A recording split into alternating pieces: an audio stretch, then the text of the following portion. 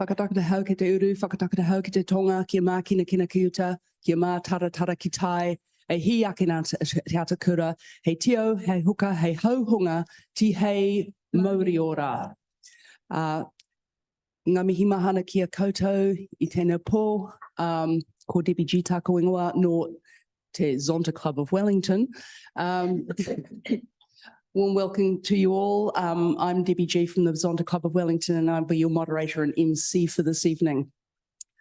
I'd just like to start with a brief introduction of our candidates who've kindly agreed to join us, one all the way from Auckland via Zoom and 3 here in person, on the topic of a gender lens over a general election.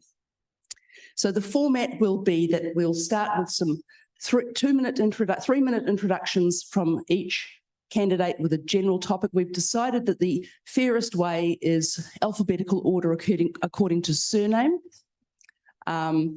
which means Natalia will go first, then Camilla, then Francis, and then Tamitha.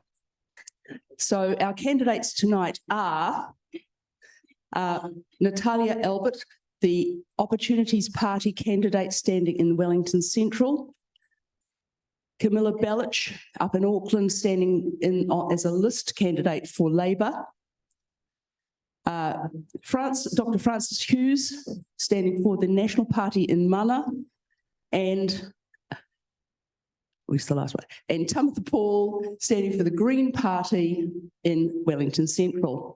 So without further ado, I'm actually going to start the proceedings, 3 minutes each, starting with Natalia on the general opening statement in relation to a gender lens over the general election. Yeah.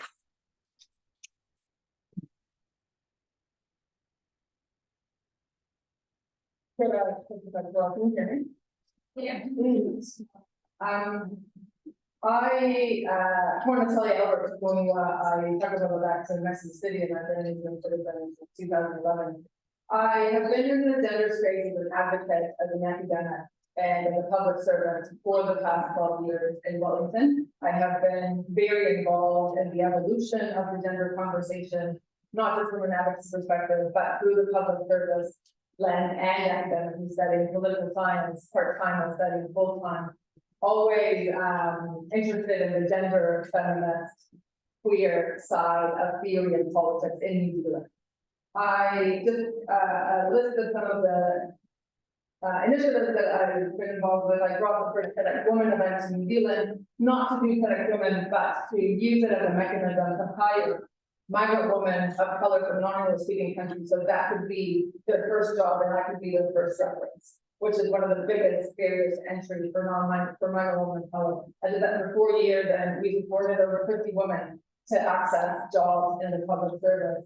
I was part of the Census 2018 team that did the kind of reckoning with the gender community and the transgender and kind of couple community in Wellington for the lack of a third gender. In the census, I was working in the office of Minister James Shaw, and I subsequently worked with staff to do that reckoning of providing a third gender now in this census 2023. I was also part of the team that introduced the first inside out training for gender equity within staff, and all of this is an advocacy. I had my full-time job with Simran and I was studying part-time. My research focused in understanding the policies that public services develop in order to allow diversity in the leadership, and I have identified how those policies are barriers to entry to diversify leadership. So again, I have a lot of statistics and research and insights and evidence in terms of that my specialty and that's what the PhD is focused on. I have worked very closely with an organization like Inside Out and Denver and Party and the New Zealand Council for Women in this progress of the maturity and the evolution of gender and the tensions of the debate. And I am standing on the shoulders of a lot of women, which I want to recognize before we start off this topic, which I will talk to you more. So I bring all of this experience in the Opportunity Party as a deputy leader. I am very passionate to make sure that a lot of initiatives that the Greens and Labour have started very successfully in the past 6 years in this space are carried through regardless of the government that comes through. And I am here asking for your party vote So I want people in Wellington Central to actually vote for either Tabitha or Abraham or Scott, or all great candidates depending on your beliefs and your values that give us your party vote, and one party that will keep this conversation going regardless of the government.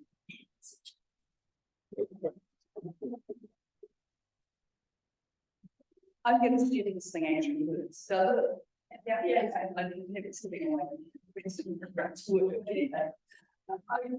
so by having and this speaker is going to be Belch. Tēnā koutou katoa, ngā mihi nui kia koutou e hui hui mai nei tēnei pō. I'm just going to check that you can all hear me. Yes. Fantastic. Thank you so much for having me virtually tonight. As you heard earlier, my name is Camilla Bellich. I'm a Labour list MP. I'm standing in the Labour stronghold of Epsom this election. And I thought the voters of and the members of NCW might be interested to hear that, in fact, your founder, Kate Shepherd, is apparently likely to vote for my opponent there in Epsom today. So that was some news that was that you might have been quite surprised to hear earlier today. But my journey in relation to working for women's equality has been lifelong. I started advocating for women students when I was a student and women's officer at the New Zealand University Students Association. And one of the biggest things that I achieved in that role was working with a collective group of women students to raise a claim with the Human Rights Commission about the inequitable impact of interest on student loans. They were affecting women unequally. Women were paying more for their education, and that was even worse for Māori and Pacific women. I was really pleased then in 2005 when interest was removed off loans. Of course, there is still lots of work left to do, but that was a significant reason why I decided to become active in the Labour Party, because I saw the meaningful progressive change that could be introduced by Labour, and that was something I was really committed to. I then trained to be a lawyer. I was a lawyer for 13 years, and I worked as a lawyer both in New Zealand and in the United Kingdom.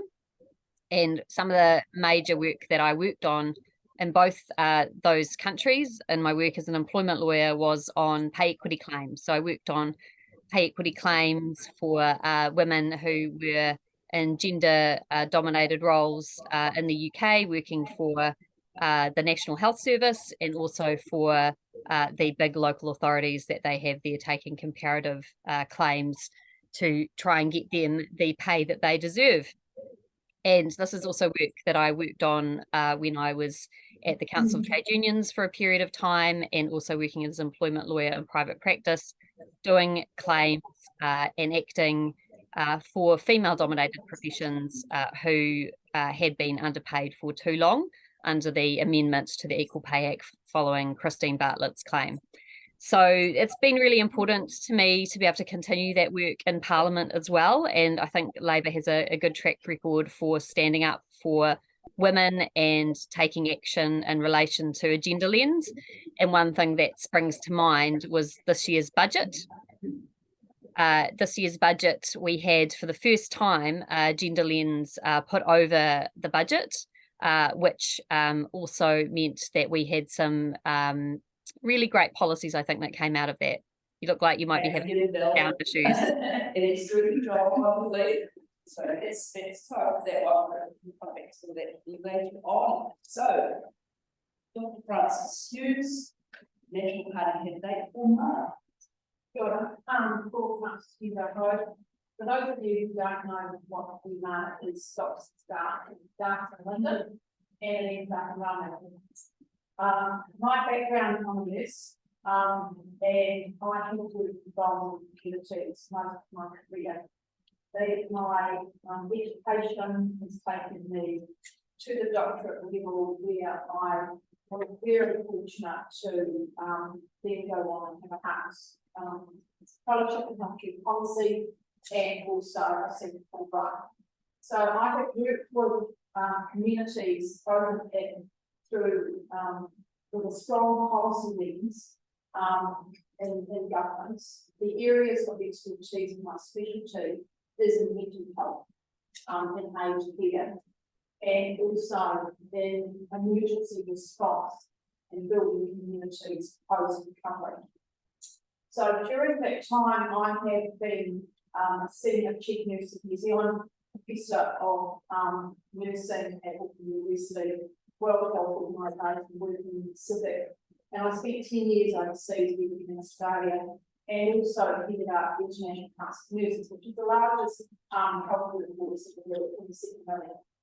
A very dominant female group, which has fought tooth and nail over decades of history to get the rights to be treated and valued.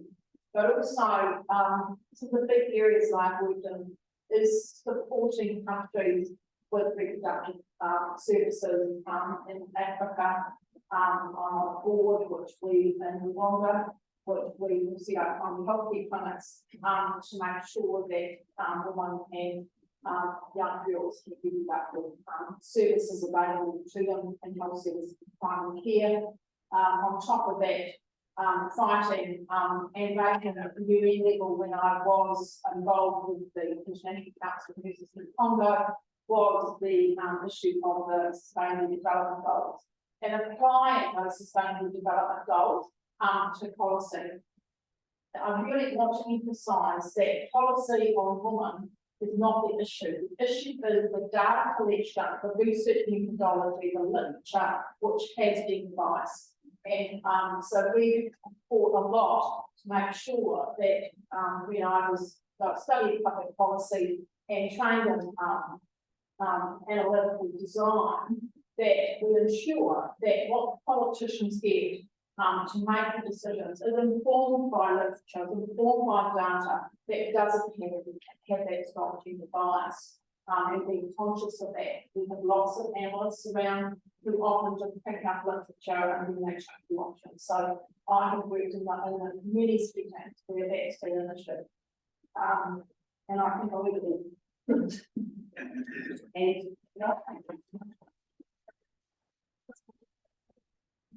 And last but by no means least, all MP as well, green candidate for Wellington. Well, Aotearoa New Zealand on Aotearoa or something also good one. Hello everybody, my name is Hannah Paul and like Pete said, I'm standing for Wellington Central on behalf of the Green Party. But I've also had the privilege of serving many of you for the last 2 terms as one of the Wellington City councillors. I just want to thank the National Council of Women for organising this event today and the Zonta Club for bringing us all here together to talk about this really topic. For me, you know, whether it was being the first person in my family to go to university or being the first Māori woman to be the president of Victoria University Student Association, or being the second Māori woman ever elected to Wellington City Council, or potentially the first Māori MP for Wellington Central.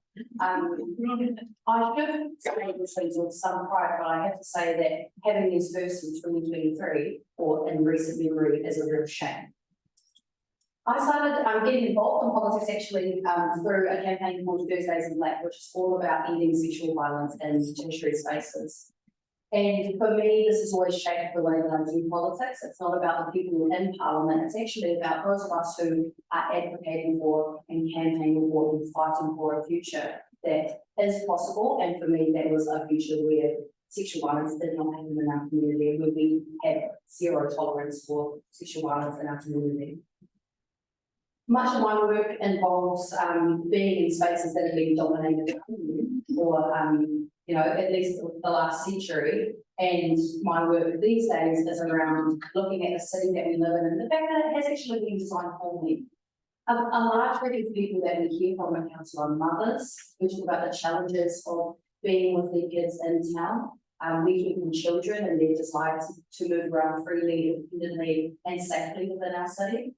And we hear a lot from disabled people and the way that the city has been designed to be inaccessible. And so a big part of my work is making sure that we consider the needs of everybody when we look at the city that we live in.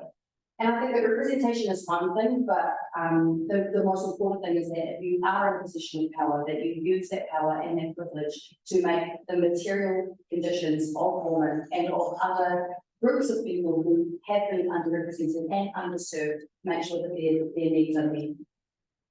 For me, I'm passionate about ending sexual violence here in Wellington, and you may have seen the protests that we had on Courtney Place in 2021, where more than 500 people came to Courtney Place and advocated for a safer town space and to end the harassment and assault that happens in town, particularly to women and gender minorities. But I'm also interested in the fact that my woman are the most incarcerated woman in the world, and asking questions about why that is. The Greens, I just want to quickly identify acknowledging the work that Martin Davidson started in sexual and women violence, and I also want to acknowledge Sue Kitchley for being here and all of the massive strides you've made for women both in the Green Party and in the wider society. So I'm looking forward to this.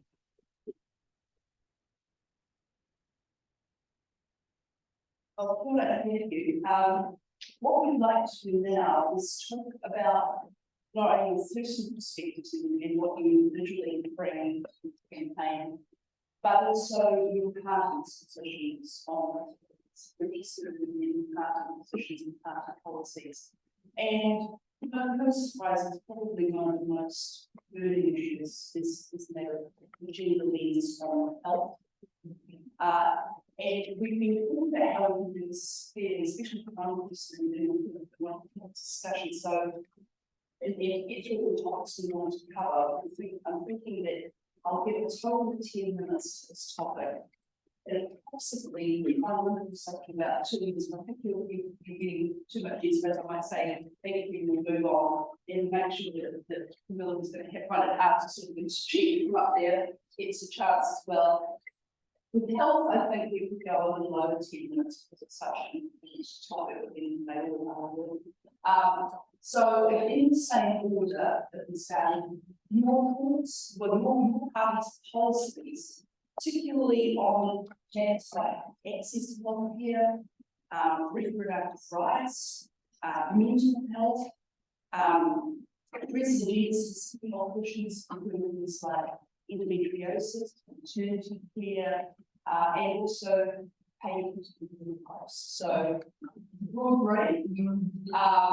So, a couple of minutes each, and then we might have a little bit of general discussion. I think health is a really important one, so I'm not going to take us too strictly to time, but if you could start going very long. Sure.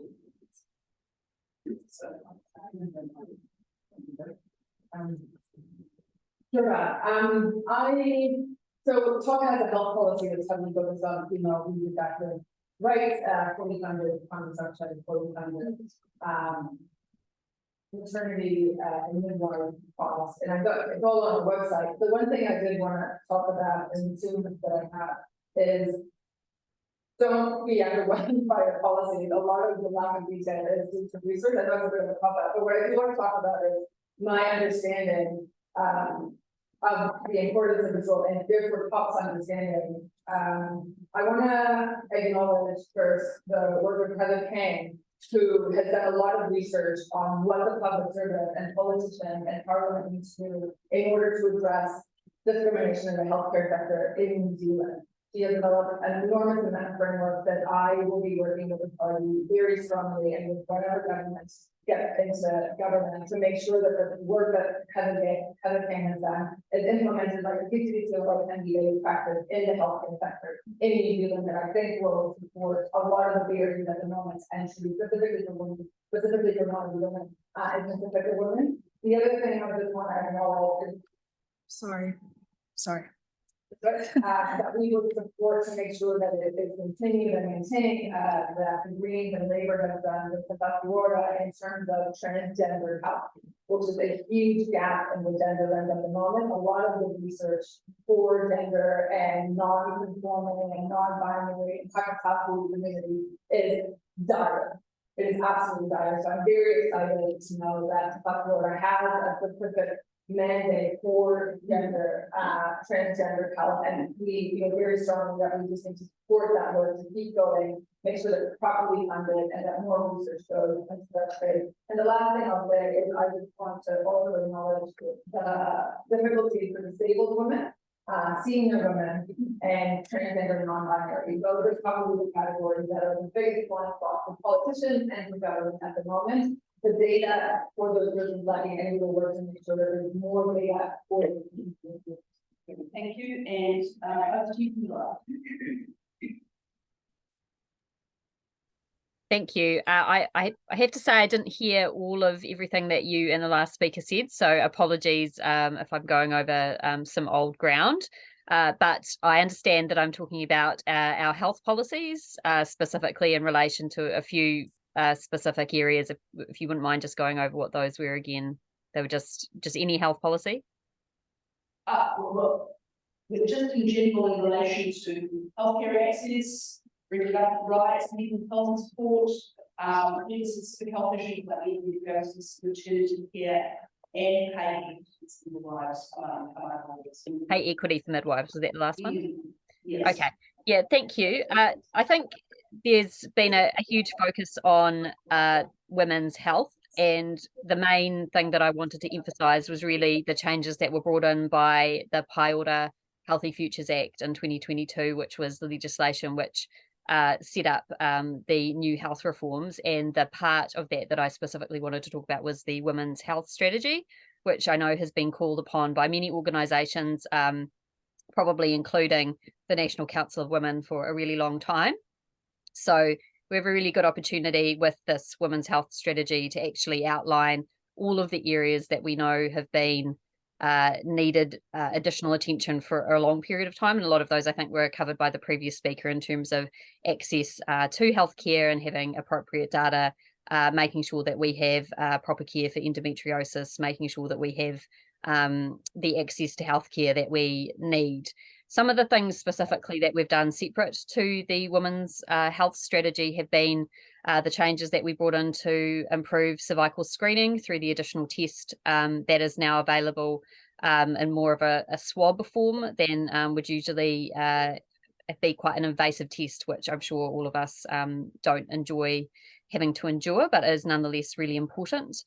We've also increased access to breast cancer screening, and you would have seen most parties in the House support extending the age to access to breast screening as well, which will be important for making sure that we get that we are identifying all of the breast cancers for those women in the slightly older age group than we're currently screening.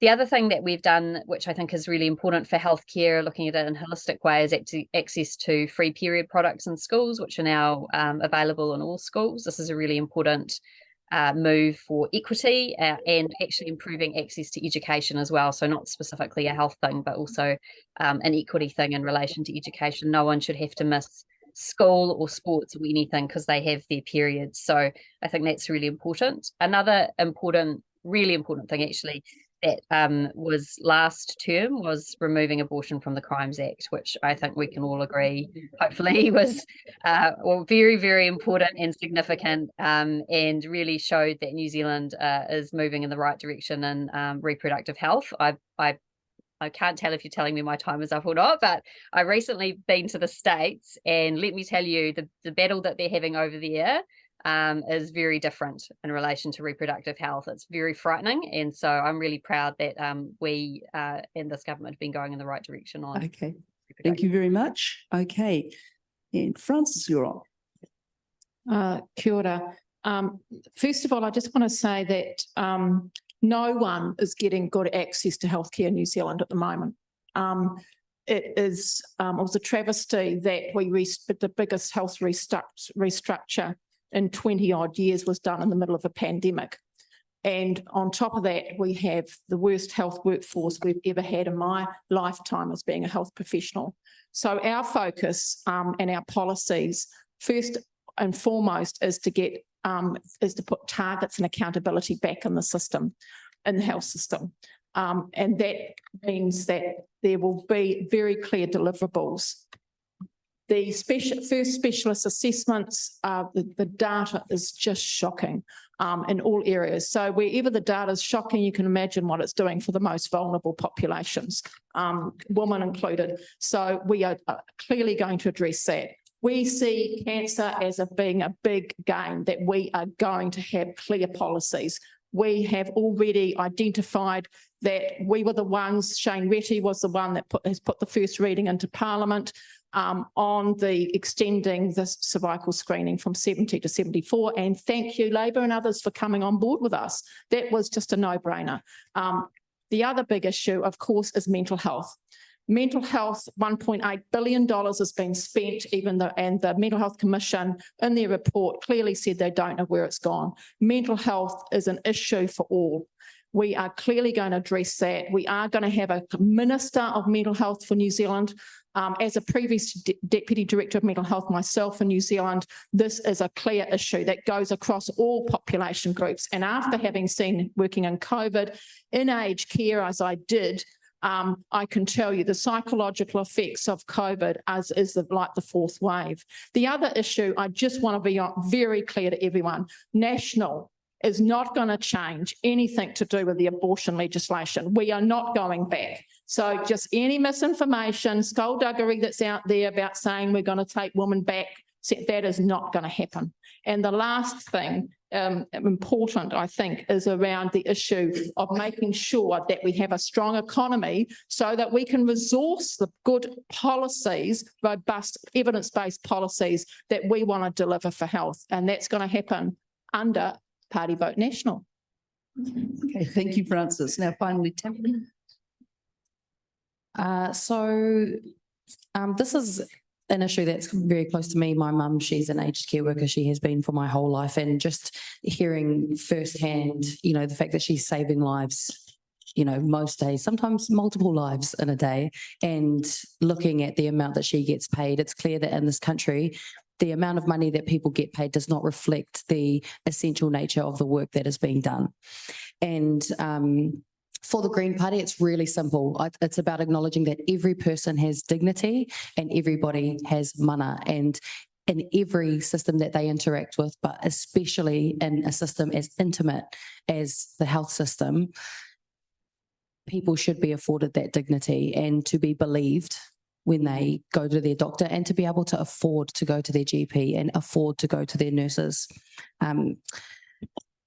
The Green Party in the last 2 terms have advocated for and achieved safe zones around abortion clinics and extended ACC cover for birth injuries.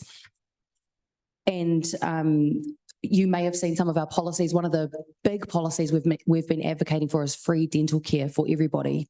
Because if you look at how many people go to the emergency room and are waiting all night long because they have major serious tooth pain to the extent that they can't go to work, it really is degrading to people's humanity.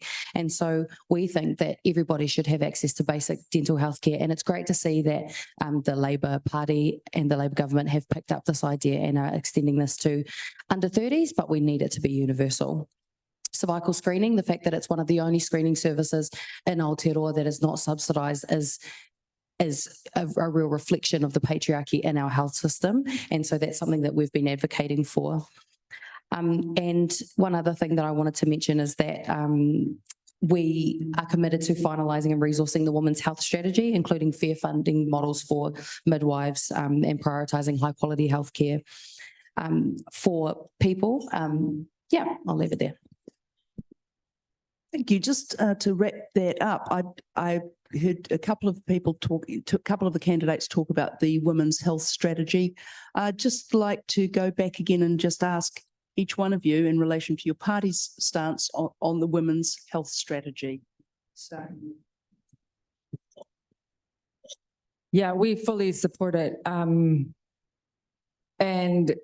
a lot of TOP's values and my values is not reinventing the wheel. We want to use the mechanisms that have been used by and developed by Labour and the Greens, which I'm more familiar with. I'm not that familiar with what National did before that, but I am very familiar with the work that the Greens and Labour have done in the space for women's health and gender minorities. And I think one of our biggest focus and one of my biggest focus that hopefully comes through is that minority groups in the healthcare space and in all spaces need specific dedicated capability. So I don't know if big parties have the capacity to address the underrepresented groups, and you'll need people like myself there advocating for the data for the rural senior women, right? The disabled women that don't get recognition, that are a massive blind spot in the women health strategy. And I can outline in that strategy where the blind spots are. And one of our strengths is that focus on where are the blind spots, where are the gaps that you're not addressing by wanting to make everything for everyone, which doesn't work.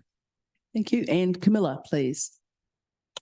You already did mention it, but Yeah, I mean, this is something that we've brought in the most recent legislation in 2022. So we support it fully, and we're committed to making sure that it's a comprehensive strategy that addresses the needs that need to be addressed, and then is followed up with action through policy. and Francis. Yeah, so we haven't announced the majority of our health policies. We've announced that we are absolutely focused on nurses and midwives, reducing their student debt to keep them in New Zealand to work and bond them. We've got our cervical screening push out till 74. The other big one is the third medical school, because we need to get more placements. And this will be the first time we have a graduate entry into medical school. And that will then help those who have undergraduate degrees to actually have greater placements and access.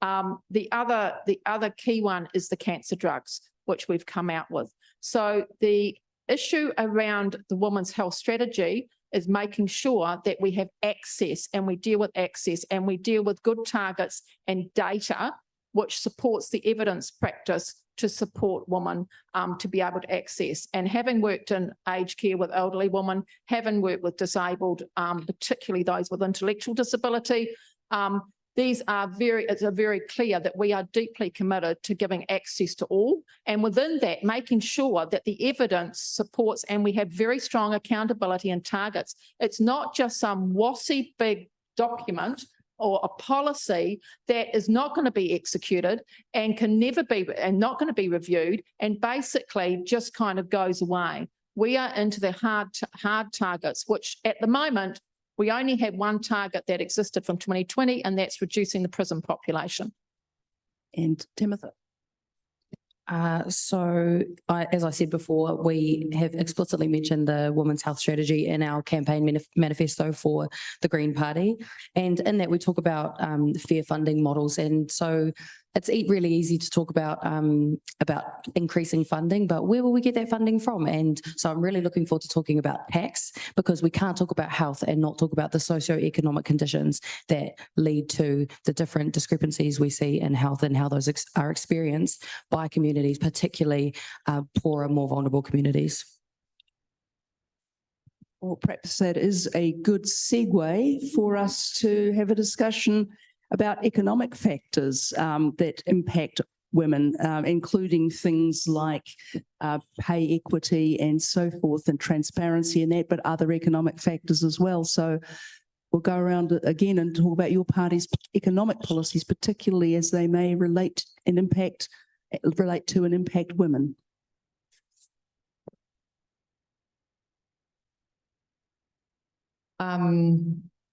Sorry, can you repeat the question? I missed the first. Your economic policies, particularly as they may relate to women, and that's including things like pay equity approaches, but other things as well. Right. Yes. So we do have a very comprehensive tax policy. I think it's our probably strongest tax policy that we have as a small party that is quite similar to the Greens. And I say that because I know people are more familiar with the Greens policy. So just to help kind of people absorb the information, the big differences between our tax policies is that they're campaigning on a wealth tax and we're campaigning on a land value tax.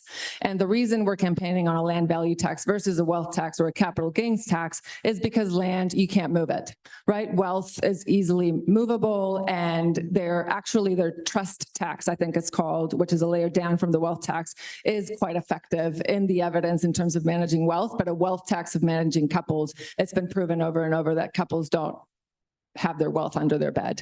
They have it distributed in a variety of companies, trusts. And so we think that the land value tax is just more tangible, easier, and more objective to hold people to that tax. It's 60% of the value of the property. Anyway, I won't go on about that, but I am really proud of it. But both policies, I think, are effective one way or another. We have a $15,000 tax threshold. The Greens have a $10,000 tax threshold.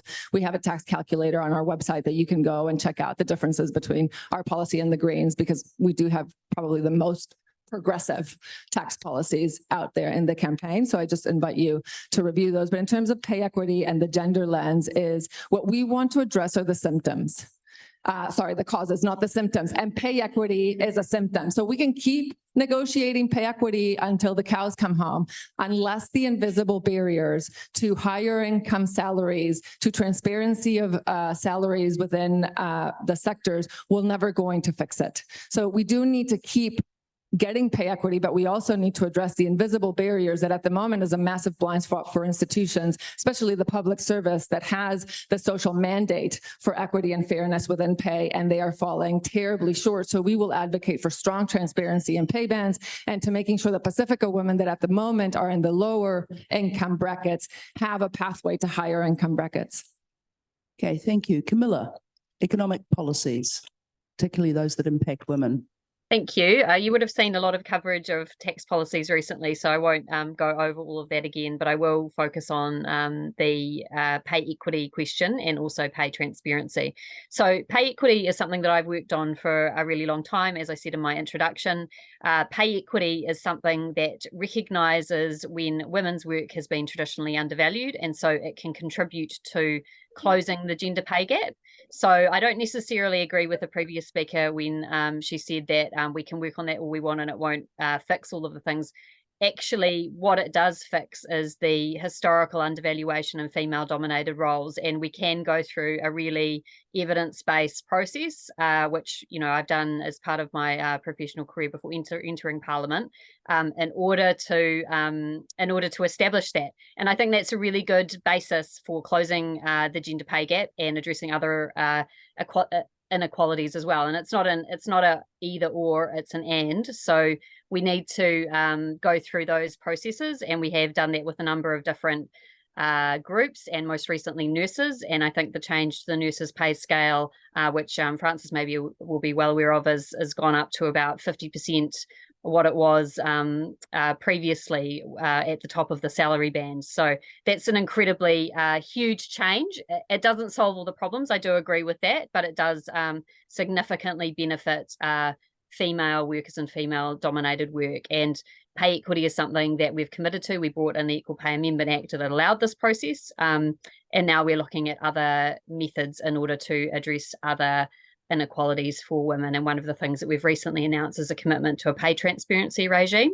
I was on a select committee. I'm the chair of the Education and Workforce Select Committee, and we did a study, an inquiry into pay transparency measures, and that was really useful and interesting to do that. And we recommended some changes, and we recommended a mandatory system, and that's what the government has now announced. So that also won't solve all inequities that women face. I think we can probably all agree that there are structural inequities that exist for women, but it's certainly a good start and will help raise wages for Māori and Pacific women as well, where we know there are the greatest gaps. Okay, thank you, Camilla. Francis. Okay, so again, there's lots of our policies on the National Party website, but our biggest thing is we are going to rebuild this economy. We need to rebuild the economy. We need to get the cost of living down. We need people to have affordable mortgages, and we need to ensure that we have good quality public services. And we also need to ensure that we have tax components which give people more money in their pockets every day. As the great work that's been going on in to deal with equity issues for my profession, which is nursing, we've all crept up a tax bracket, okay? So actually, many are getting actually less because the tax bracket they've all of a sudden crawled up into another one. So we are going to do a lot of repealing of some of the taxes, the bright light, the property, so that we've got there is ability to get housing and homes. We are going to make sure there's deductibility for rents for those who are renting. This has been one of the big causes of the crisis we've got at the moment, is that landlords can't claim. They then either don't rent their properties because of the bright light, etc., or they sit on their properties, or they charge more rent. And who are suffering? Families are suffering. Students are suffering. So our tax package is very clear. We are going to give tax relief. Our tax plan is costed, and we stand by it despite what anybody else says. We are very clear that we will deliver on that policy. We also will ensure that we deal with the skill shortage. We are going to very clearly have two big items, and our finance spokesperson, Nicola Willis, is very clear. Health and education are going to be our big investments coming into as national. But we cannot do anything if we don't have an economy and address the cost of living. On the 12th of September, we get access to the books of this government. That is what will determine what happens going forward. No matter what we say here tonight, if there's no money in that bank, we will be dealing with debt, and my children and my grandchildren will deal with the debt. So to give us all more, to have a bigger part of this pie, we've got to have someone who's going to manage this economy and get the cost of living down. And that must be our priority. Otherwise, vulnerable groups like women, Māori and Pacific will keep on suffering. So we must have a strong managed economy. And Timothy. So, as most people have said in their own way, I think we can all acknowledge here that our economy is built off of the unpaid labour of women. And the really fundamental thing for us as the Greens is livable incomes for everybody. And again, it goes back to that point about dignity and making sure that everybody has enough to live. And so we've got a whole suite of policies that talk about raising the Best Start payment and looking at incomes for new parents, having greater parental leave, and not rushing people back to work, letting them spend that time with their tamariki, that essential time that is so formative in a child's life. For us, we're really interested in the living conditions and the lives and the pay and the work conditions of the lowest paid woman in this country.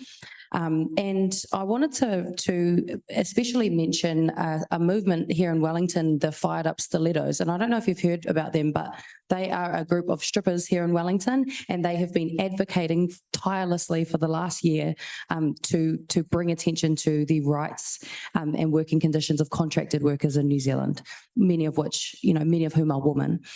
So I want to shout out to them, and just for such a badass way of organising and bringing light to a really important issue. For us, we've got a whole suite of policies around closing the gender and ethnic pay gap through pay equity settlements, pay transparency measures, and comprehensive pay gap reporting.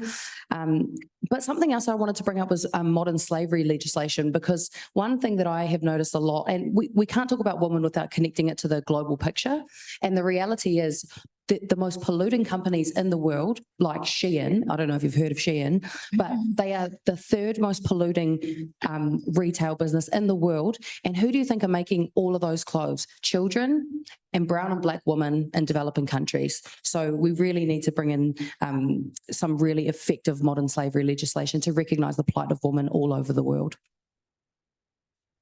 Thank you. I'd now like to move on to the issue of violence and harassment of women, including online harassment of women and stalking, and also issues of consent. I'd like your views on what your party's policies are on addressing some of the I think we'd all agree, increasing problem in that area of violence, online violence, harassment, and so forth against women.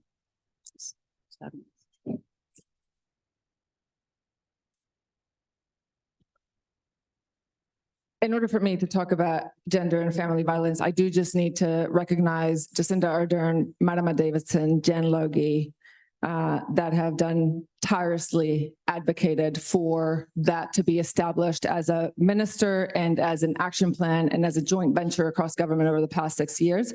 The work they have done at a formal legislative government level is really important.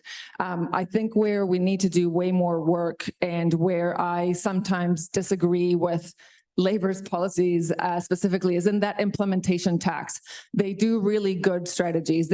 Camilla is right. You do really good work at the formal level, at the high level. But I think once we try to implement all those action plans and all those strategies, it kind of gets lost, especially when you're talking about Pacific women, senior women and transgendered women, which are the areas that I've been focused on. The gender, so just acknowledging that for gender and family violence, the National Action Plan against that was revealed in December by the Prime Minister and Marama Davidson is an incredible piece of work. It is very sophisticated. It is very comprehensive. Their engagement is robust, and we would want to support that. What we would do is hold those strategies accountable. Check that implementation tax, right? Make sure that those things that are committed in those strategies that have developed with such care and sophistication, with such engagement, get to the people that usually the policies are not getting to, like Pacific women. It is just such a clear example.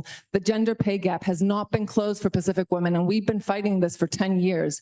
It is just not getting any smaller, and it's kind of like this blind spot. And so they develop policies like Kia Toi Poto and very glossy and shiny mechanisms that are very formal and look very official, but they can't implement it to save their lives. And so I guess my passion and my advocacy work and why I joined a small party is because I feel very strongly of I call it throwing rocks at those strategies and making sure that we hold the bigger parties and the government agencies responsible for the implementation of those things accountable. And so in the space of gender and family violence, I think it's just a good example of a very good policy that hopefully someone like me gets into Parliament to hold them accountable for the implementation of it.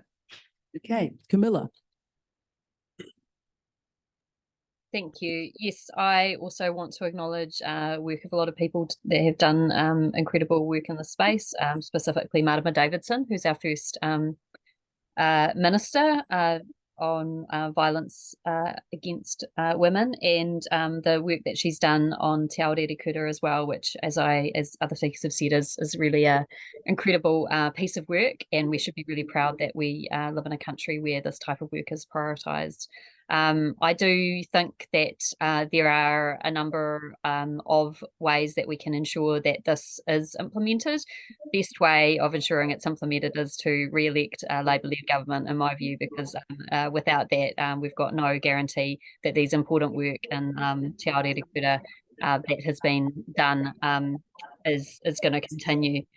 In terms of other things in relation to gender-based violence, we have to acknowledge that this is an ongoing issue. It's not a new issue, but it's an issue that has plagued our country for a long, long period of time. And one thing I think that although it seems a negative thing, is actually quite a good thing to reflect on, is the fact that we do have higher rates of reporting of family violence. And that, I don't think because more family violence is occurring. I think it's actually because people are realising that what they're experiencing is unacceptable, and they're reporting it to police. So the statistics are alarming that we still have such a significant amount of family domestic violence. But I think hopefully now that we can see it, we can more actively address it through the resources that we have put into the police, for example, 1,800 more police on the beat, and also through strategies like Te Aotearoa New. You also mentioned consent. This is something that I've worked with a lot of actually young people on, who have brought issues of consent and how it's viewed in our law.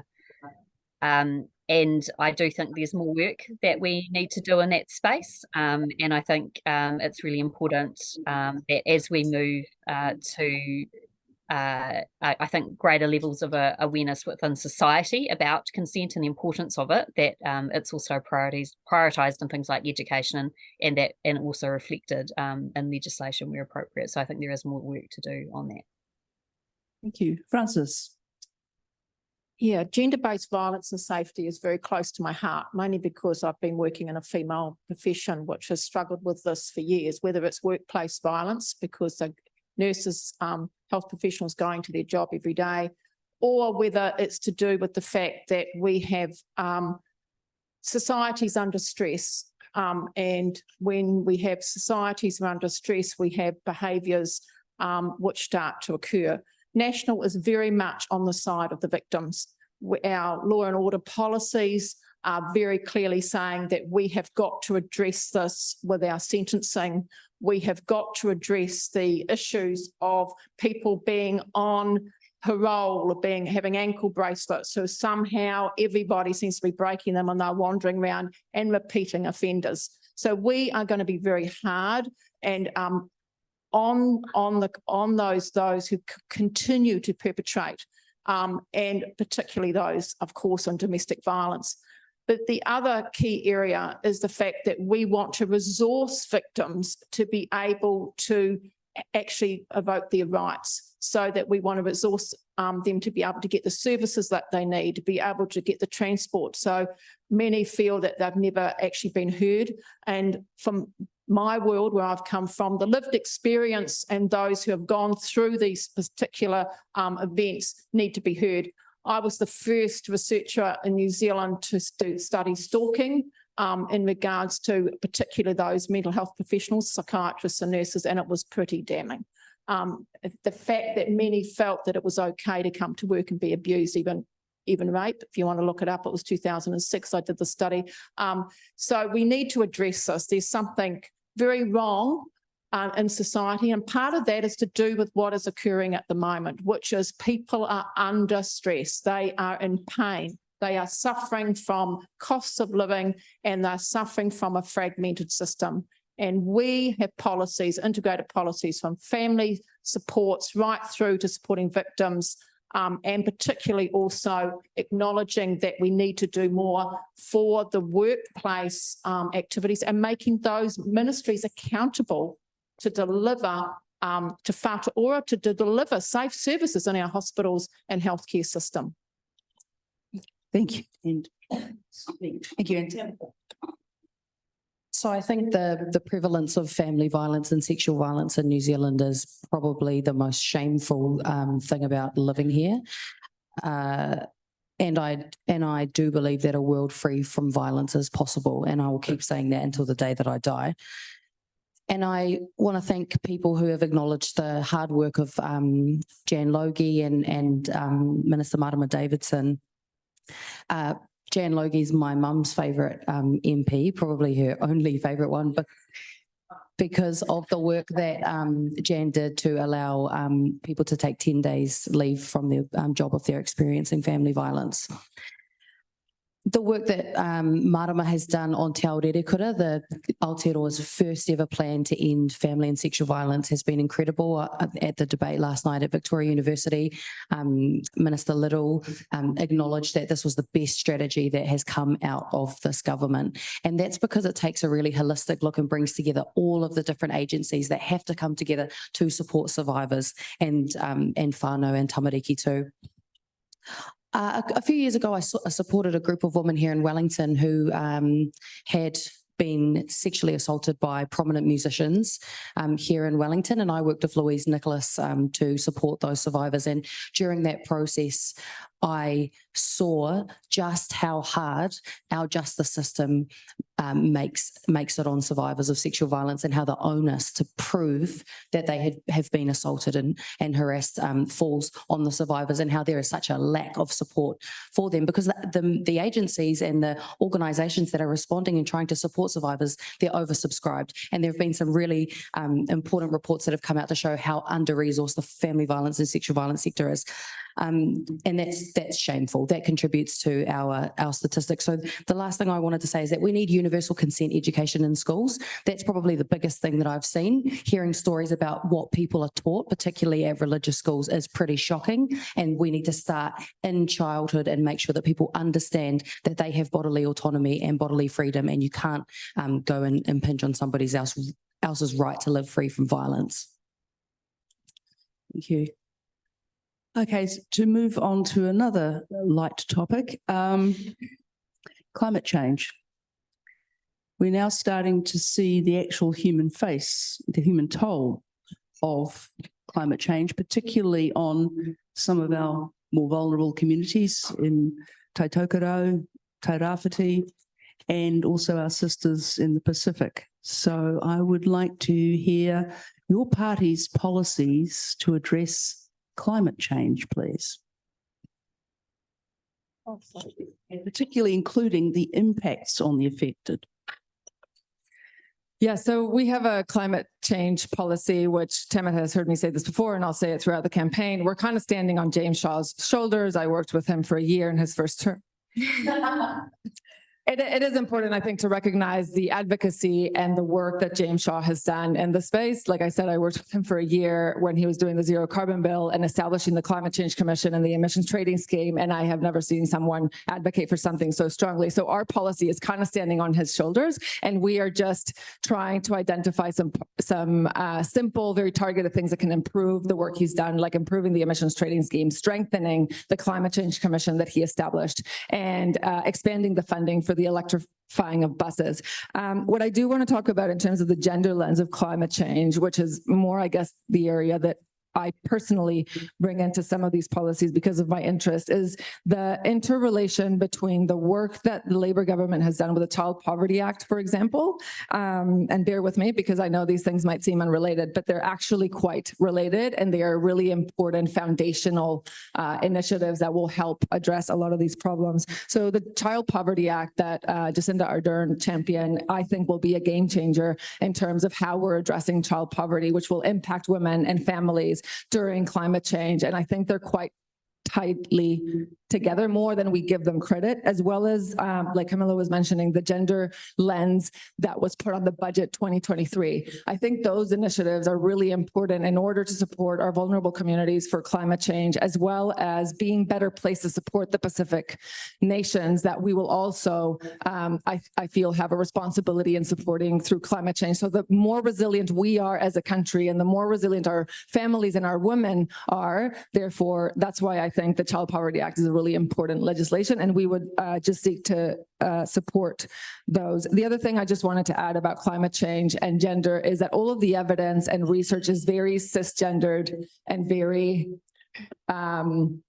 biased in that way. It's not favorable to the issues that women face for climate change. So we need to improve our research and innovation in the impacts for women in New Zealand based on climate change, which currently isn't there. We're just using international studies at the moment. Thank you, Natalia. Camilla. Thank you. Yes, agree with a lot of what Natalia said in terms of the action that's already been taken on climate change, but we know that there's still so much more to do to reduce our emissions. I'm proud that for the last 3 years, we are actually seeing a trend downwards in carbon emissions, which is obviously one of the most important things in mitigating the impact of climate change. But I think as many people will recognise, and especially those of us in Auckland, cannot ignore that climate change is already here. This is not something that we need to look to the future in order to experience. It's happening now. And so we need to work not only at reducing emissions, but also with our adaptation in some instances as well. There's heaps of policies on climate change that our party has introduced, and we're committed to keeping, including turning one of the dirtiest car fleets in the world into one of the cleanest. Recent announcements that we've made with Fonterra, with BlackRock, with New Zealand Steel to significantly improve our climate emissions and also move to 100% renewable energy in New Zealand. But we know it's urgent, and we know we have to act now. And an interesting thing I was considering while anticipating the debate tonight was really the impact of climate change on women. We know the impact are universally bad, but we see worse outcomes for those who are already disadvantaged. And in most instances, those are women, and those facing other disadvantages as well are disproportionately impacted by the effect of climate change. So that's just another reason why we have to touch really urgently on it. Thank you, Camilla. Francis. Yeah, National is deeply committed to the Paris Agreement, despite what other kind of misinformation is floating around at the moment. We signed the Paris Climate Agreement in 2015. We supported the government admissions.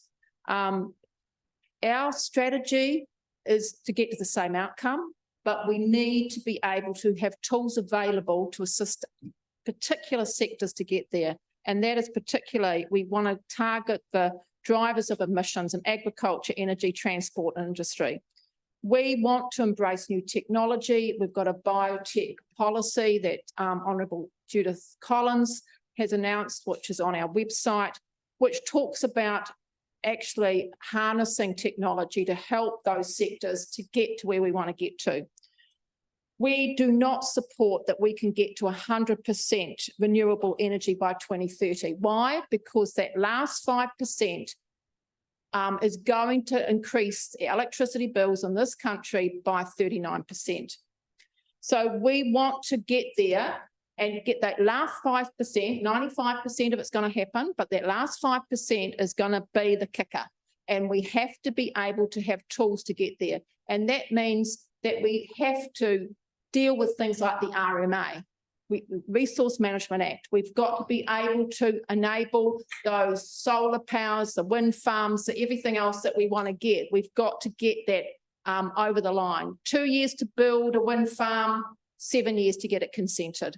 We've got to make sure we've got infrastructure. We've got to make sure we've got the tools. We've got to make sure those farmers have technology. And that means that we have to pull back and we have to allow for some engineering, the genetic engineering, the genetic issues that were banned in this country for 20 years. We're going to actually pull back on that and say we want to put a regulator in. We want technology to help us get there. And the only way that we'll get to renewable energy is by allowing tools to be developed in a safe manner for that last 5%. Thank you, Francis. And Timothy. So I went to Karori Normal School, Karori West School on Friday and got to hang out with the kids there. And it was really awesome. I said to them, you know, what does the Green Party believe in? And they all said climate change and the environment. And I think it's been awesome having James Shaw representing us as the Minister of Climate Change in the last few years. And one of the big things that we talked about at the school was humans, yes, are responsible for accelerating the pace of climate change. But just like humans are responsible for that, we can be a massive part of the solution. And the most recent IPCC report gave me a lot of hope because it said that it's not too late. And I've got a lot of hope that it's not too late and that there is still so much that we can do, but we need the willpower to put that into action and take bold climate action. And I think we have to be really honest about what's at stake this election, particularly when you have a party, the ACT Party, who, looking at current polls, would form part of a government who is committed to abolishing the climate change commissions and has also, just to mention it, committed to abolishing the Ministry for Women amongst every other ministry for anyone who is not a white man. And this really will be one of the most defining elections of our time when it comes to how we grapple with rising to the challenge of climate change, whether we reduce our emissions in time and whether we build the infrastructure in our cities and our towns to transition to a zero carbon lifestyle. So in Aotearoa, it's all about cows and cars.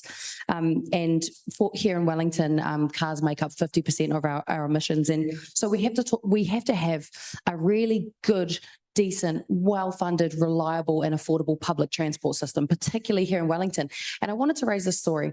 I was talking to a bus driver recently and they were telling me that it is so hard for women to be bus drivers because they don't even have access to basic facilities like toilets at the beginning and the end of their stops. And so that rules out an entire group of people from being a big part of our climate transition, which is a reliable and sustainable public transport system. Please check out our Sponge Cities policy, which is all about how we're going to deal with the impacts of climate change and also look at our clean power payment policies. But I could talk about this all day. Thank you, Timothy. Now, the last question I have, I'm only going to give you 10 seconds each on this because it's pretty binary.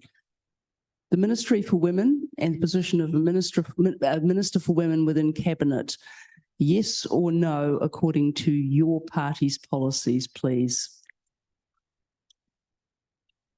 I could really say anything, couldn't I? I mean, what's top going to do? Sure. I mean, I just, like, it just seems like a massive decision that it's not going to be up to top at all, whether we would get it or not. I'd support it personally, but I just want to be honest. Camilla? Yes, we support having a Ministry for Women. We've heard a lot about the importance of data. If we lost the Ministry for Women, we would lose a lot of the work that a lot of women in this room have done. So yes. And a Minister for Women within Cabinet? Yes, we will still have a Minister for Women, absolutely, 100%. She's doing amazing work, Antonetti. So that was a no, not in Cabinet. Well, it's up to the Prime Minister who goes into Cabinet, so it's probably a bit above It's my true. pay grade. Yeah, fair enough. Yeah. Francis? We support, and we've got no intention of getting rid of the Ministry of Women's.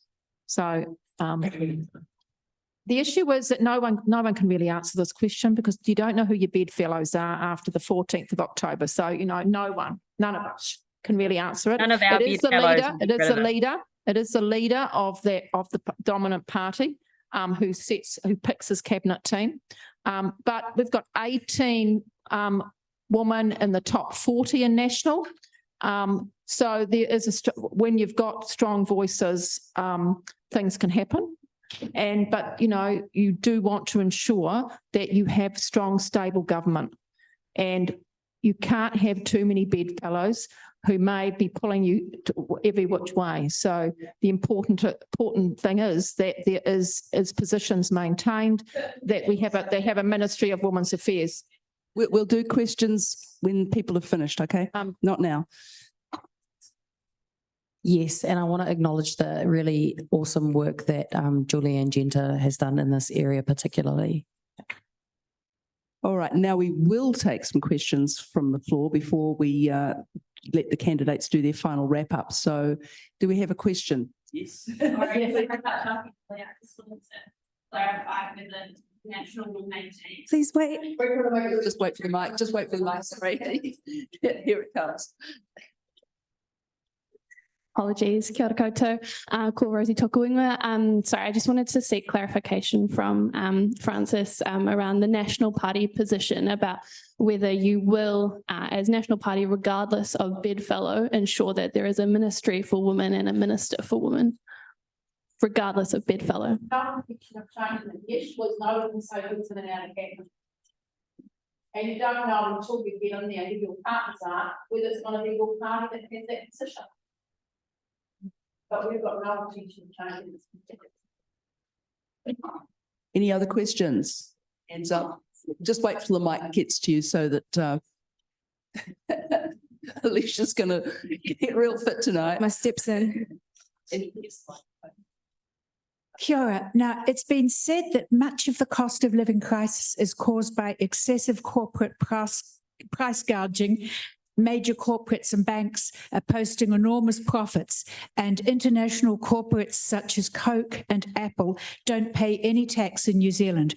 What are your plans to adjust the rules so that they pay a fair tax in New Zealand?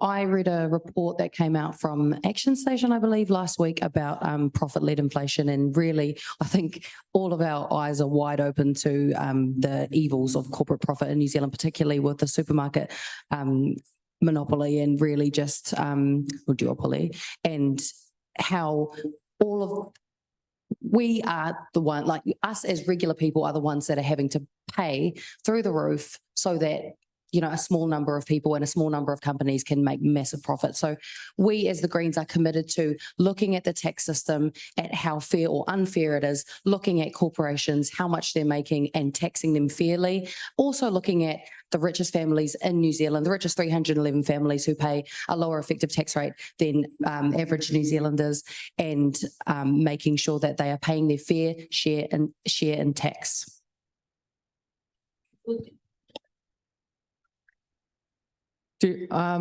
So this is where I think pop kind of swings to the right. We're not focused on wealth and profit. We will be focused on land value tax and on making sure that we can tax something in a simple way where people don't not evade, is that how you say it? Avoid the process. So yeah, that's our stand on profit and wealth. We're more focused on land.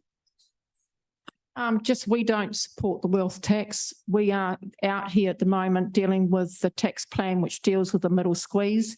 We are not altering the top tax bracket. At the moment, that's the issue that we've been dealing with is the other two brackets. We are interested in gathering taxes, as you would have heard, from the online gaming industry. We're not talking about GST. We're talking about other taxes that overseas gambling online do not pay in New Zealand. So the most important thing is we have to realise that large segments of New Zealand, particularly in health, sit in private hands. And without those, and I'm particularly talking about aged care here because I've been in there for 3.5 years, 40,000 beds are not owned by the state. They are funded in part by the state, but they're basically NGOs and private organisations and also some very big publicly listed companies. So we need to be very clear about what we're talking about and also look to the evidence from Norway about the wealth tax when that occurred. The main thing is that we manage this economy and get the cost of living down. Camilla in Auckland, do you have anything to say? I don't. I can't announce any tax policy in relation to multinationals tonight for the questioner, I'm afraid. But yeah, I think everyone's kind of covered off most of the major points. Thank you. Okay, I think unfortunately, I think in terms of time, maybe one more question. Kia ora, I've got the mic. And Rachel's got the mic.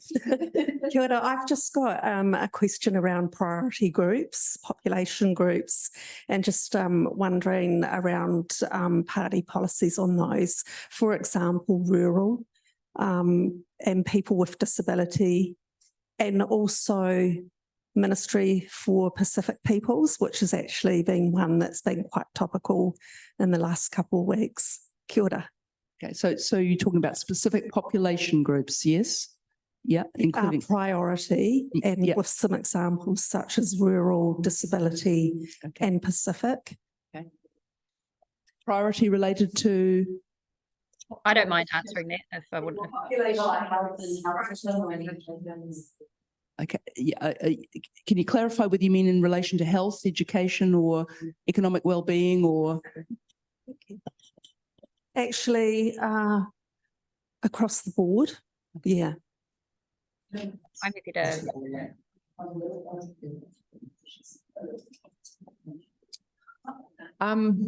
Yeah, it is a big question. We support. What do we support? Okay, so this is a pretty loaded question, and I think most of us will struggle to answer it. But what I do want to say is that Pacific people and seniors and disabled are groups that require targeted efforts. As this is exactly what I've been like knee deep in for the past 6 years, analyzing all of the policies that Labour have done, for example, for pay equity, for Pacific, disabled, and senior women, and the effectiveness of those policies and whether the policies and the action plans that they're creating for those population groups are actually creating outcomes for those groups. At the moment, what's happening with population groups is that Labour more recently, in my opinion, romanticizes a bit the results that come out of those policies. They think that they do better than they do. They report that they do better than they do, but in reality, the evidence doesn't really back that up. Pacific women especially, which I've spoken about a few times now today, are the group that it's definitely not getting to. So I personally, and therefore TOP, feel very strongly that those population groups require dedicated, targeted resources and also scrutiny, which I think at the moment is missing. There's no one really looking at these policies and assessing the effectiveness of them, and all the research suggests that they're not being effective for those population groups. So whether I get into government or not, it's my life's mission to hold government accountable to those policies for those population groups.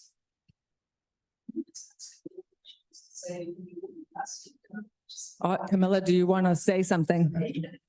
Yeah, I was just going to say I'm happy to answer that question just as it was posed in general. I think that there is a lot of truth in what was stated, that we do need to focus on specific population groups.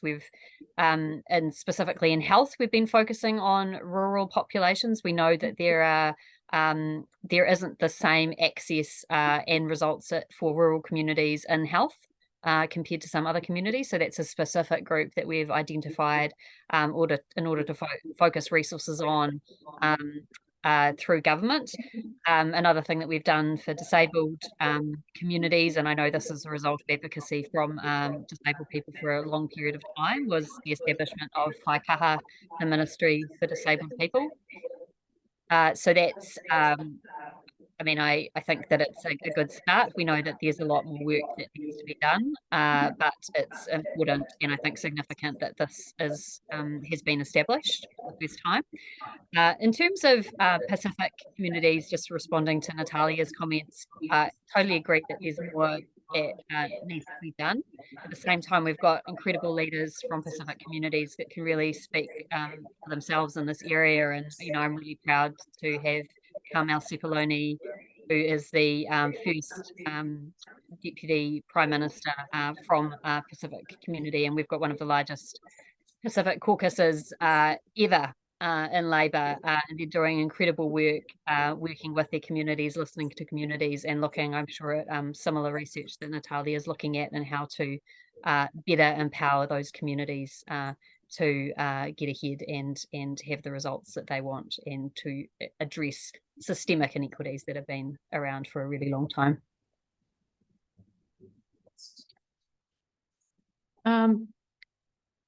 Having worked with many groups over many years, what's I think and part of national policy is that we don't believe that central government knows what's best for everybody. We don't believe that, you know, we do believe that you should be enabling and enhancing communities and NGOs and groups that are producing good outcomes to be able to prosper. So, and that really came through in COVID. We know that there was groups that were far better at doing things than others, and they reached their population groups. And what's important is that we allow those groups to do it. And we shouldn't have people sitting, and mainly because I've worked as a bureaucrat and I've been a bureaucrat for a long time, we shouldn't allow people who think they know what's right for groups to decide what's for them. Those days have gone. So we should, and we believe that communities where there's good outcomes, where they've got initiatives, and I know this, I'm in the thick of my electorate at the moment, and I meet and talk and door knock 6,000 doors. And particularly for our Pacific people in Eastern Porirua, there's an amazing work going on up there. Now they have to fiddle around with government initiatives which they get paid, which don't really work for them. They are constantly doing a number 8 fencing wire around that to make sure that they do what they need to do within their funding, even though it's not really quite right, which often NGOs have to do all the time. So, you know, there's multiple groups out there. We need to harness their experience, hold them accountable and let them deliver good outcomes based on their evidence and their lived experience. And that's what creates building communities. That's what creates resilience, not from people delivering great big strategies which are never made it, no one's ever accountable for, which never get reviewed, and really on often evidence which sometimes is a little bit dodgy. So I think if a particular group of people are being failed by a system, yes, you probably should look at setting up discrete systems that meets the needs of that community. I think that is pretty obvious. And I think actually a really good example of that, and I regrettably have to point to something that happened under a national government, but Whānau Order, which was set up by Te Pāti Māori, and that has really improved health outcomes for Māori communities because it's helping people to navigate the health system, and it's it's by the community, in the community, and there's that trust there, and it increases that trust in those systems. So I think we shouldn't make apologies for prioritising particular groups' needs if they're being failed by the mainstream system. But also, we also saw that during COVID and during the lockdowns with immunisations and higher success rates where, a community was delivering those injections to their own community. And but I think in general, it's a topic that is set to divide us. I think it's happening during a really polarising election where we are debating whether certain populations have priority or not, when we should be debating how broken our health system is, how much investment it needs, how much nurses are being paid, how much time you're spending in the emergency room, regardless of where you're from. So I think we need to shift that conversation and move away from the divisive political football conversations about our communities. We started a few minutes late. Could we squeeze in one more question? I don't think so, because we've got to let the candidates do their final statements as well, and that's 2 minutes each, I'm afraid. So I'm hoping that you've got some, I know you're probably pretty tired, but maybe you've got some time to talk to people afterwards, because well, depends how important is it that we're out of here by just after 7:30, or we've got the room to like, in that case, yes, let's take that other question then. Yeah. Yeah, sorry, I thought we were under time pressure. Oh, Francis needs to go. Sorry, what time did you? Yeah, let's just do the closing. Francis has to go. Sorry. Sorry, Francis has to leave, so we will need to do the closing, sorry. So yeah, I'm going to get you all to just do your 2-minute closing comments, please. So what I have gotten out of this debate is that I think any four of us would be incredible advocates for the gender space in Parliament. I think we are all incredibly competent. I mean, Francis, God Almighty, right? Like, I just have no words for your CV and all your experience and everything you've done. And Camilla and her work as a lawyer in this space is so important, that perspective of the legal framework, and Tamitha's advocacy and passion and hope and optimism. Like, we will be lucky to have any of us four fighting this fight in Parliament. And I think in that way, that in itself is a celebration, right? We are not short of options for this battle and this fight. I think all parties have incredibly competent politicians in the space. Our maturity has grown, our literacy has grown, our advocacy has grown. The mechanisms we have to hold government accountable have improved tenfold. So I guess in my closing statement, what I would like to leave people with is, in order to improve our MMP system and get all four of us in, right, make sure that you have the right candidates, regardless of the party that they belong to, that you make the most of the MMP system, start thinking more about smaller parties, start thinking differently about voting, and start being more creative with who you endorse this election. It's not really about wasted votes. If I hear one more person say that, it's just going to blow my brains. It is the most ridiculous statement. There's no such thing as a wasted vote. You are endorsing people and parties, and the MMP system is designed exactly for that. It's exactly created to dilute the vote, to split the vote, and to get as many people endorsed and parties and ideas endorsed so everybody is reflected, and you can have a diversity of capabilities, perspectives, and skills that you need to solve issues like gender issues. Thank you. You can. Camilla. Thank you. And thanks for your comments, Natalia, as well. I also just want to acknowledge the other panelists and the National Council of Women for holding this debate tonight. It's incredibly important that we continue to have a focus on women and the policies that impact on women. And the reason for that is because of how far we've come and how far we still have to go. And I just want to acknowledge, I can't see everyone in the room, but the incredible amount of work that a lot of you, I know, have done to get us to the place we're at now, where not everything is perfect and there's more to do, but we do have 50% women in Parliament for the first time.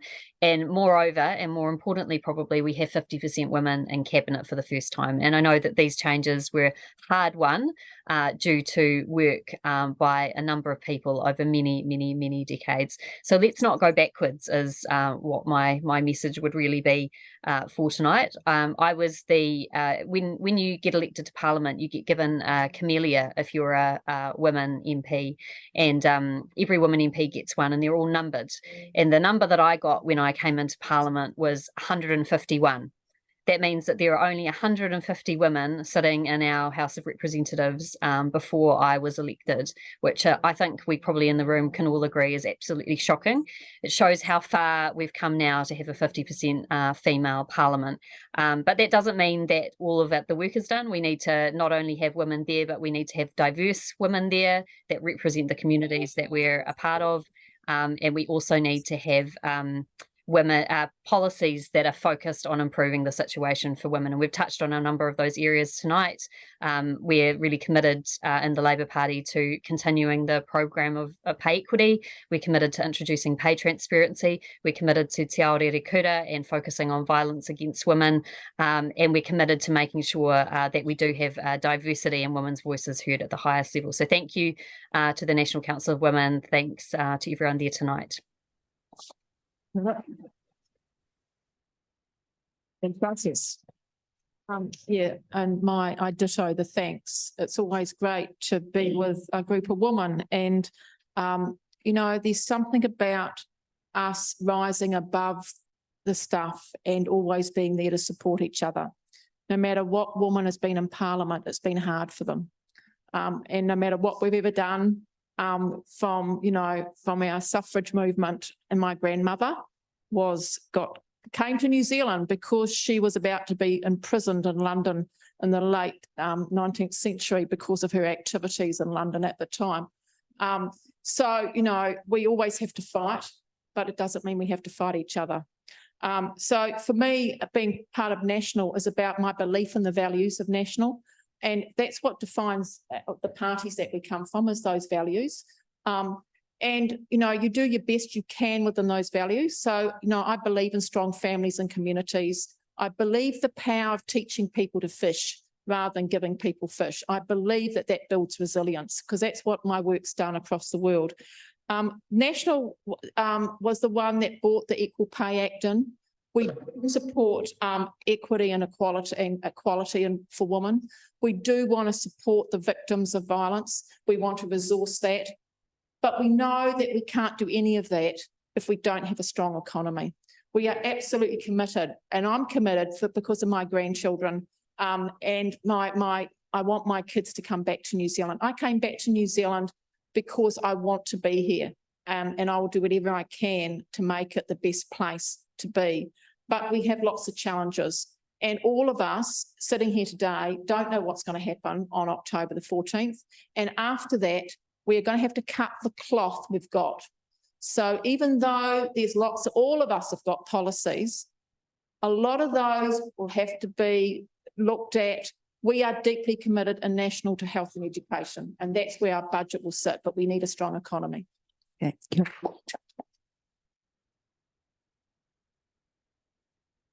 I'd just like to thank Deb for facilitating this kōrero tonight, and thank you all for your time and attention and being here this evening.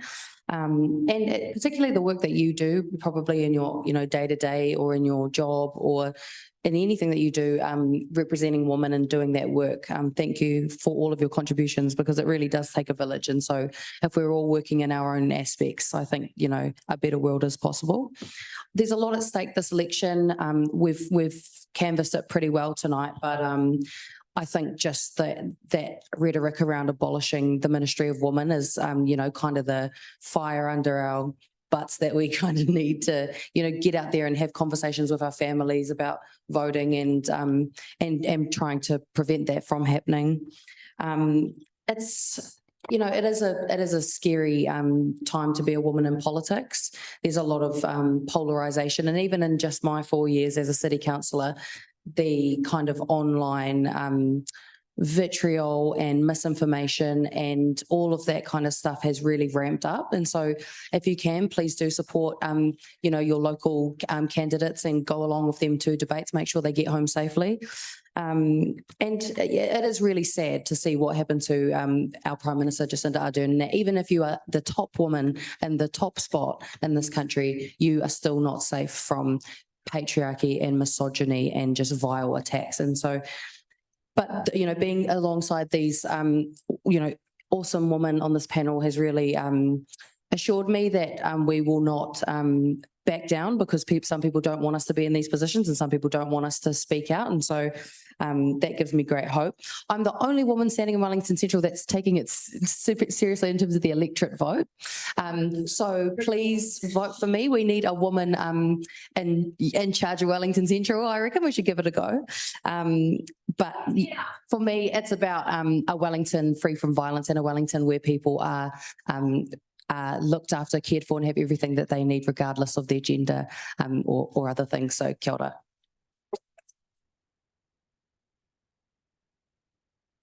Well, I'd like you to first of all thank very, very much our 4 wonderful candidates who I think were pretty amazing. Bit of a tough call we've got on our hands up. So I'd like to thank Dr. Frances Hughes, Tamitha Paul, Natalia Albert and Camilla Bellich for your time tonight.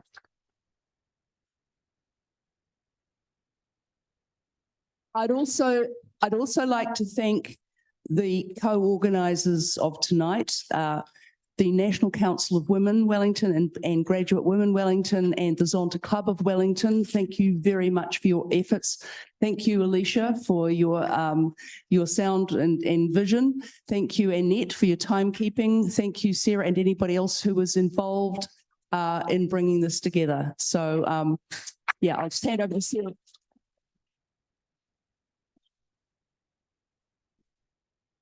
And just do the thank yous here. Everybody's getting a flower based on their party colours.